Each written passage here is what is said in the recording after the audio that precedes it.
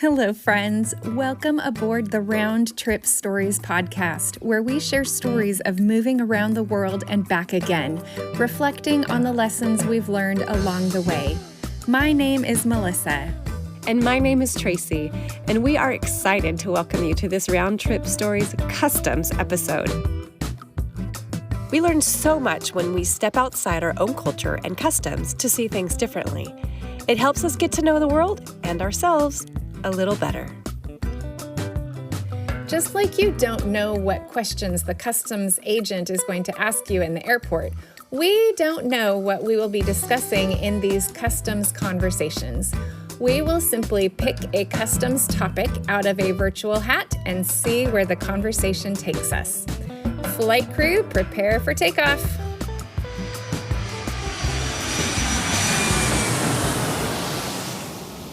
It has been fun to have some lighthearted topics to talk about, going through customs and shoes and art. One of our listeners shared with me how she's just enjoyed being able to laugh and listen to, particularly to, funny stories about shoes and going through customs. And well, that's good to hear. Yeah, so it's nice to have some lighthearted things to talk about, things that we love and things that we think are interesting. Yeah. And you know what? When we get together with people, we have stories and we share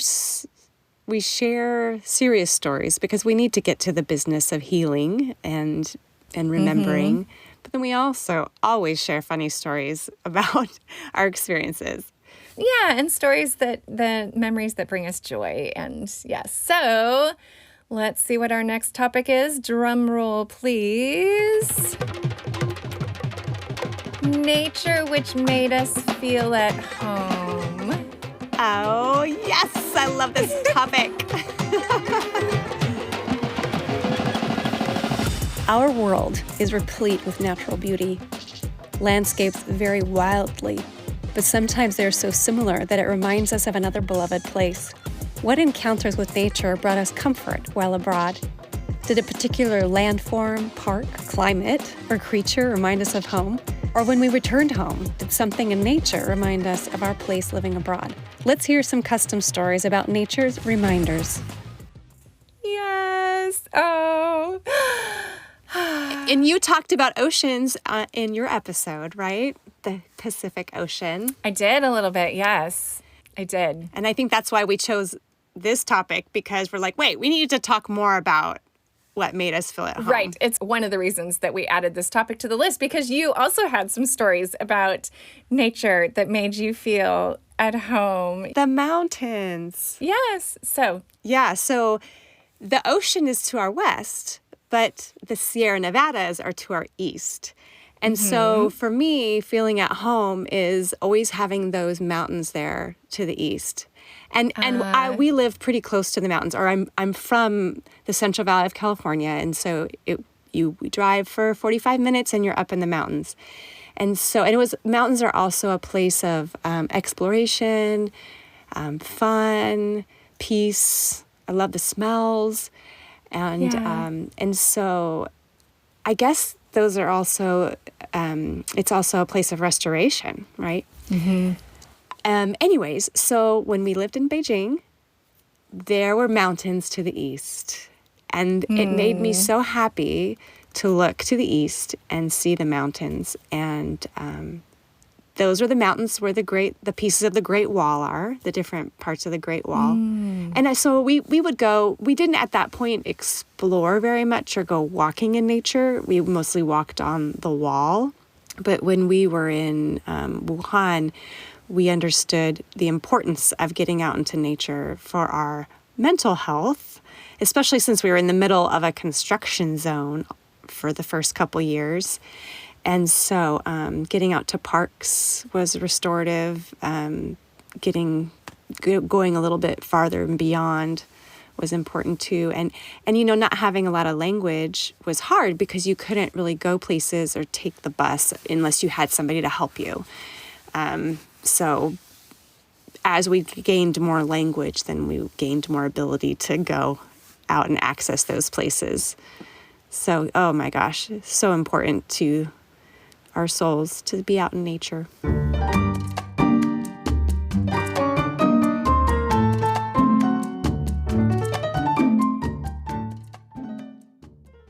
What's your story?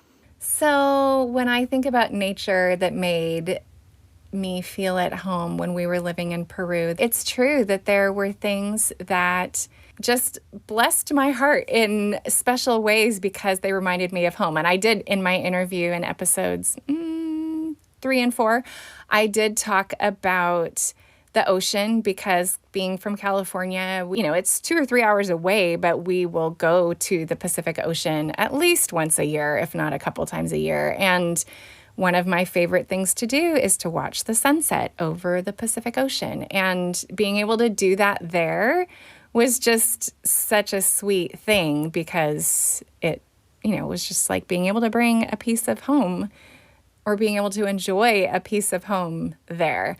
But also, interestingly, just like you're saying, how here we have the Sierra Nevada mountains to the east of us, we also had the Andes Mountains to the east of us in Peru. And so the mountain structure is very different, but we did get to, at least a couple of times, drive up to the mountains. And it was a real gift. And I remember one time we actually stopped along the side of the road because there was a little waterfall. And that reminded me of our little waterfalls that we will have here up, when we're heading up to either the Sequoia National Park or up to Yosemite or something. And I think that, those places, they help us to feel at peace and they help bring some quiet to my heart because, you don't need language. Kind of like how we talked about art last month. You might need language skills to be able to get to nature, but you don't need language skills to be able to embrace and be embraced by the nature around you. When we were in Peru, we would often be driving in places and think, oh, this reminds us, the landscape. It would remind us of certain places we had been, maybe the coast of California or the mountains or other places. But then when we moved back to California, we do the same thing. Now we drive places and we say, oh, this reminds us of Peru. Similar, like when we're in similar, just places that remind us of the landscape. So I wonder if we could also get some stories from people about ways, what if they're back in their home country, if there are places there that remind them of where they were abroad. Let's listen to the global stories our social media and email subscribers had to share with us about nature, reminding them of some place that they love. Okay, we got a story from Val Robb, and she's one of our future interviewees. She's living in New Zealand, originally from Canada, and spent lots and lots of time in China. And she talked about the lilacs and that reminding her of home, and we have her voice recording. Something that I found in nature that was a blessing to me was discovering lilacs in Beijing in the spring. And I think it was especially special because moving to New Zealand, where there's a lot of greenery and lots of new and different plants, something that I did miss was lilacs in spring because they don't have lilacs, or at least I haven't discovered any here.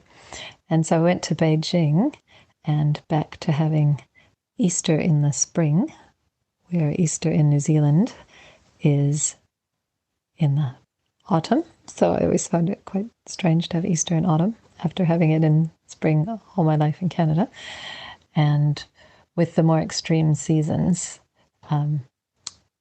in Canada and in Beijing, where everything is dark and bleak and gray in the winter, and then suddenly spring comes and things are green and alive and the blossoms, and it's just such an awakening and so beautiful.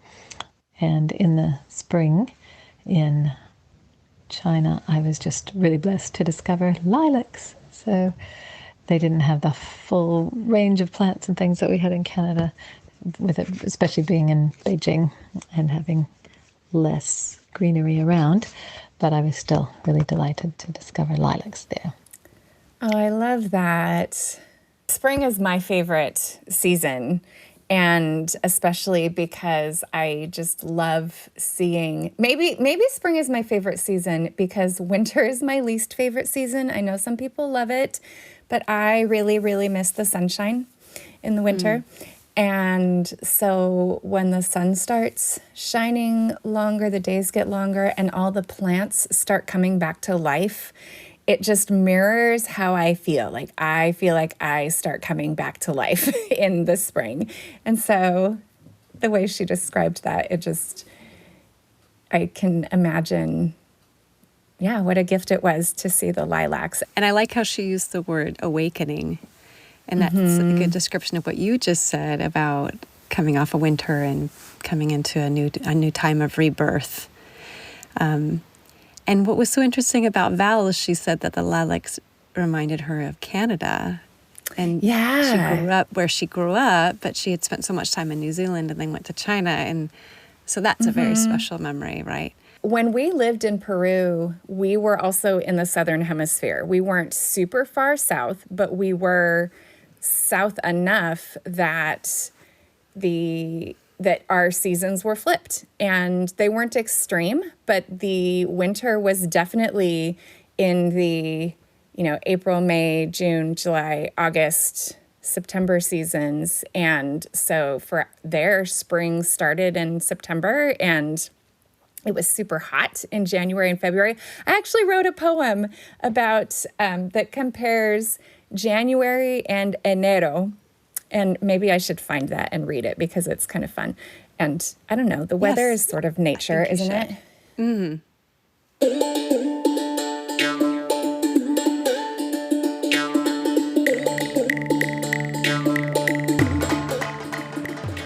I have a story from Jose, and he was in the Netherlands, and he came across a restaurant called wait for it, Popocatépetl. Okay. Wait, what? Okay, so what that is... Wait, say it again. El Popocatépetl. So that's Okay. a Nahuatl word for smoking mountain, and that's a very famous 18,000-foot volcano in between Mexico City and Puebla. So Jose's from Puebla, Mexico. But in the Netherlands, he found a restaurant by that name. And so, of course, it helped him remember the smoking mountain from his hometown, Puebla, Mexico. My global nature story has to do with a volcano. I grew up in Mexico in the state and city of Puebla, where having an active volcano nearby, was part of everyday life. At some point, I moved to the United States, to California, where I finished high school. I did community college and then university. And after graduating, when I had my first professional job, my first trip was to go to the Netherlands, to Eindhoven.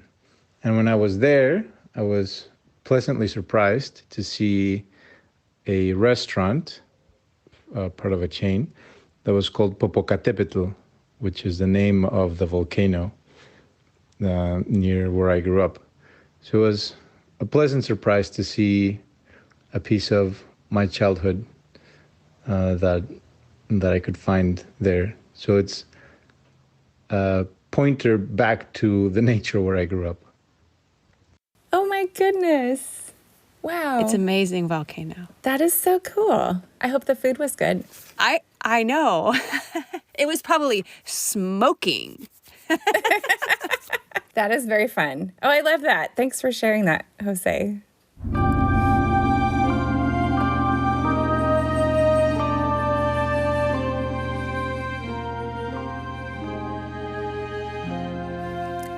So, speaking of volcanoes, we also got a story from Monica, and she talks about volcanoes from her home country of Ecuador. So let's listen to Monica's story. So my story with nature is that I grew up in Quito, Ecuador, where all around we are surrounded with mountains. We have some of the highest active volcanoes in the world. I think actually Cotopaxi is the highest one, the highest active volcano. And so we just see them all the time. We're surrounded by them. And so when I was traveling to Fresno by myself, I was leaving a boyfriend behind. It was a big transition for me. And basically, I took the flights straight to Fresno, got there, saw how flat it was from the air, and just told God, I think I've learned everything I needed to learn. It's time to go back home. And of course, I didn't go back home. But eventually, I was able to visit the mountains, Sequoia, Kings Canyon, went to San Francisco as well. Felt very happy in San Francisco, California, just because there were mountains there and there were hills, and you actually had to, go up a hill to get somewhere, which just reminded me a lot of home. So I appreciate flat land, I guess, but I really did miss my mountains. I also missed rain.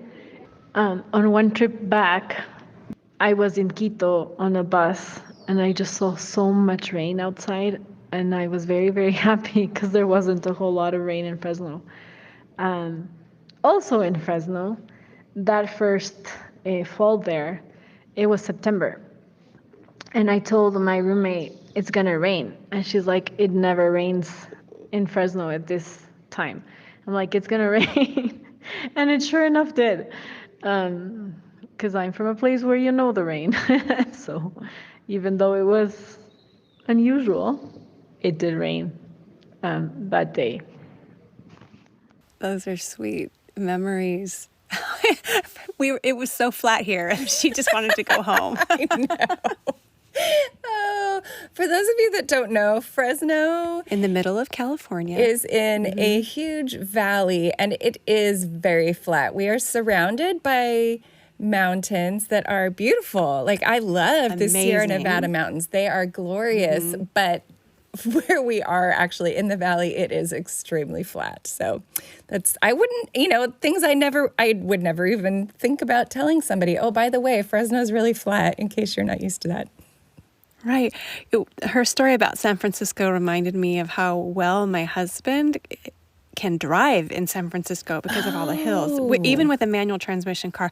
And I'm frightened to drive in San Francisco because of all of the hills. Right. But then recently we went to El Salvador, which is also hilly and lots of volcanoes around. And I'm like, oh, this is why he can drive on the hills in San Francisco, because he learned on hills in El Salvador. Makes sense. I love how Monica talked about the volcanoes and the mountains, and just like Jose did, but then also she talked about the rain and how she recognized that it was going to rain when somebody from Fresno didn't, because she's so familiar with the rain. And that connects to two other stories that we got from Ruth and Helen. Yes, so Ruth talks about thunderstorms in South Africa. She says, in South Africa, we had a lightning rod just beside our home. We lived in a grass hut for a time, and grass catches fire easily, so the rod was there to keep us safe. One day during a storm, my dad took us outside to watch the lightning hit the rod. Oh my goodness. Now, thunderstorms always remind me of our time in Africa. While in Puebla, Mexico, this past summer, the weather was similar to South Africa, with thunderstorms in the evenings after a sunny day. There's something so exciting and comforting about a good storm. That's so cool. I can't even quite imagine what that must have been like. I wonder how much heat there comes from that lightning rod and a lightning bolt. And how loud. That's so neat. Thanks, Ruth, for sharing that story. That's really amazing to imagine. We also got a story about rain from Helen, and she said that when it really rains, I mean cascades down, I remember how we could hear and smell the rain in Panama City before downpours. The heat and humidity would just about take our breath away until, like a wall of water coating and fluttering the leaves with its wetness, the cloudburst would make its way toward us, then bless us with a cool, refreshing drencher. a drencher. Yes. That's a huge storm that wets everything. I love that. Isn't it amazing how these powerful Acts of God. yes, just make such an impact on us. And when we get to experience rain and see the mountains and volcanoes, these things that are so much bigger than us, that it just, Yeah, puts us in our place, right? yeah. Like Ruth said, there's something comforting about it. And Helen talked about it being a blessing to experience the coolness that the rain would bring. And yeah, just it reminds us, that we are not God and that we get to experience and enjoy nature around us, but we are not in control of it.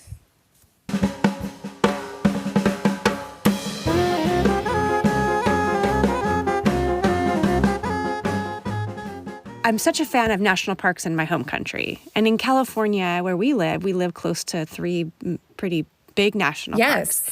Yes. Once I got adjusted to China enough, which was probably in my 7th year out of the 8th year, I started to think, wait, how come I haven't thought about national parks here? And all countries have national parks. And so then we were able to go to one at the end of my time.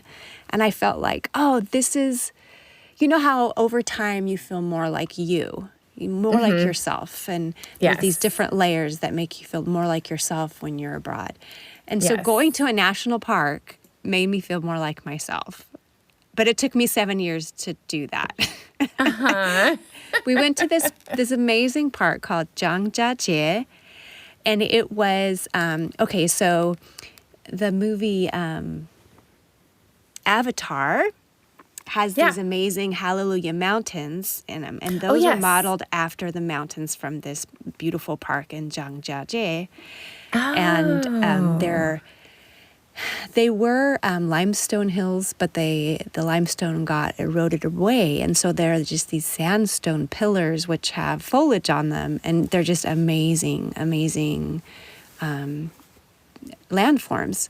Yeah. So we got to go and it was not a foggy day. Sometimes there's a lot of clouds, but fortunately, God was so good. We only had like 1 day to tour that place with a friend of mine, and we got to go see that.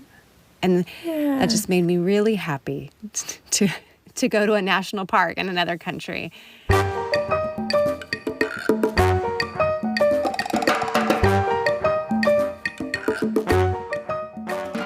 Okay, I found the poem. Oh, yes. So I can share it. Okay. And okay. So this is off of our old blog from when we were missionaries and my kids were all little. Oh, there's Capitan. Yes, there's our dog, Capitan, and the boys in the swimming pool because, well, you'll hear why. Okay, so the title of the poem is January plus enero equals Januero. So, just kind of silly. So in case you don't speak Spanish, enero is the Spanish word for January. So January plus enero equals Januero was just my way of comparing my memories of January back in Central California with my new experience of enero in northern Peru. All right. January is winter, white, cold. Enero is summer, bright, hot. January is hot tea and blankets. Enero is sun tea and mosquito repellent. January is chattering teeth and frozen fingers and toes. Enero is sweaty everything.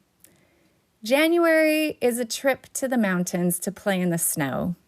Enero is a trip to the beach to play in the sand and waves. January is sledding, hot chocolate, and warming up in front of the fire. Enero is swimming, ice cream, and cooling off in front of the fan. January is icy roads and fog lifting. Enero is iced drinks and sun burning. January is a tangy, maybe homegrown sweet orange. Enero is a juicy, drippy, oh-so-good mango. January is scarves, gloves, and boots. Enero is ponytails, sunscreen, and flip-flops. January is frosty mornings with cars frozen shut. Enero is asphalt heat waves and thankfulness for AC in the car. January is a snowman. Enero is a sandcastle. Both will come and go, are here today and will soon be gone. Let Christ make the most of this month, this year, by making the most of Christ. Don't just put him first, put him in the center of it all. And whether you are cold or hot, you will have a month and a year full of joy and alegría. I love that. Thanks for sharing that, Melissa. Yeah, you're welcome. In this episode, we heard nature stories from around the world. Thank you to Jose, Val, Monica, Ruth, and Helen for sharing your beloved nature stories with us. Did you hear the thunderstorms on Panama rooftops or the zap of lightning in South Africa? Could you envision the towering volcanoes in Mexico and Ecuador? Did you feel comfort seeing the mountains east of Beijing or the Pacific Ocean west of South America? We can almost smell the lilacs of northern China. Nature certainly brings us comfort and memories from places we love. We're so grateful to our friends who shared their stories for this episode. We believe that sharing stories helps our understanding of the world grow larger while the distance between us grows smaller. To find out what stories we're collecting for our next Customs episodes, sign up for our email list at roundtripstories.com or follow us on social media at Round Trip Stories Podcast. We would love for our listeners to hear your stories too. Come back next time for an interview with Melinda Howe, Disney character brand manager, ministry leader, and mom of 4, who in 2010 moved to Beijing, China with her husband Ralph and their kids. You won't want to miss her stories. Thanks so much for listening, friends. We'll see you next time.